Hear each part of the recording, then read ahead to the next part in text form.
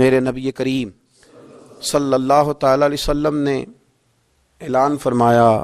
غزوہ کے لیے، جنگ کے لیے، جہاد کے لیے۔ قحط کا زمانہ تھا، لوگوں کے پاس کھانے کو روٹی نہیں تھی۔ حضرت عمر فاروق فرماتے مجھے یوں لگتا تھا کہ ان دنوں سب سے زیادہ خوشحال میں ہی ہوں، تو میں نے اس طرح کیا کہ گھر کا سارا مال جمع کیا، تو وہ میں نے نصف کیا، اس کو آدھا، اور آدھا مال میں نے رکھ لیا گھر والوں کے لیے، اور آدھا مال پھر میں بول رہا ہوں 2.5% نہیں 50%، یہاں 2.5% کی زکوٰۃ دیتے ہوئے لوگ پریشان ہو جاتے ہیں۔ 50% جناب عمر فاروق رضی اللہ تعالیٰ عنہ فرماتے ہیں کہ وہ میں نے اس کو جمع کیا، اور میں نے ارادہ کیا کہ آج ابو بکر سے آگے گزریں گے انشاءاللہ، نیکیوں میں،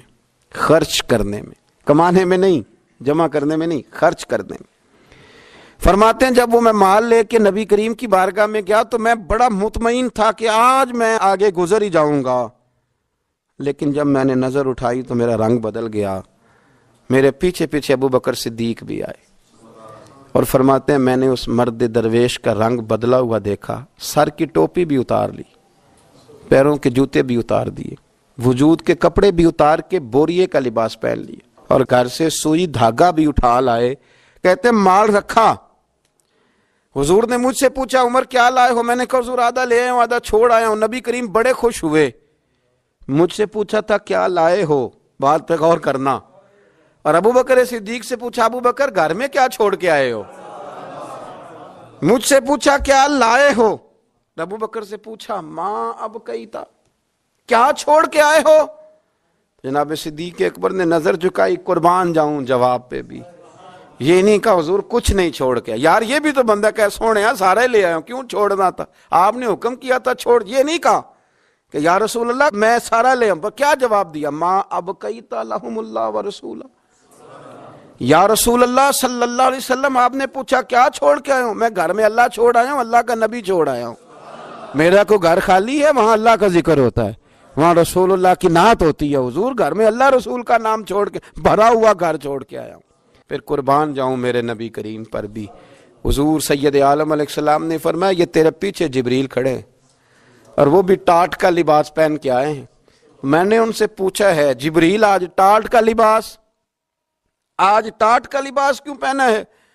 تو عرض کی یا رسول اللہ آج نا ابو بکر صدیق نے ٹاٹ کا لباس پہنا ہے تو رب کو اتنا پسند آیا ہے کہ اس نے کہا فرشتوں نوری کپڑے اتارو سارے،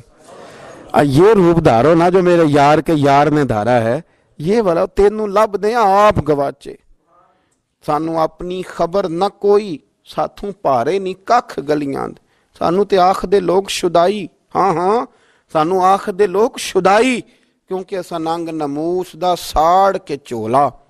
گل پہنے ہیں تاج گدائی، سجنا اپنا آپ گوایا ہے تاں یار نے چاتی پائی، سارا ہی رکھ دیا سارا ہی۔ اور ایک جملہ امام سیوطی نے لکھا ہے جس پر وجد کرنے کو دل کرتا ہے، میں صحیح کہہ رہا ہوں، وجد کرنے کو دل کرتا ہے۔ امام سیوطی فرماتے ہیں کہ نبی پاک صلی اللہ تعالی علیہ وآلہ وسلم نے کہا کہ ابو بکر میرا رب فرماتا ہے کہ تو سارا ہی لے آیا ہے اور ٹاٹ کا لباس تو نے پہن لیا ہے، تو رب فرماتا ہے کہ ابو بکر سے پوچھئے کہ ابو بکر اس حال میں اپنے رب سے راضی ہے کہ نہیں، اس حال میں راضی ہے کہ نہیں؟ تو صدیق اکبر کی تو چیخ نکل گئی، عرض کی یا رسول اللہ میں کہاں اور میرا رب کہاں، میرا اللہ میری رضا پوچھتا ہے،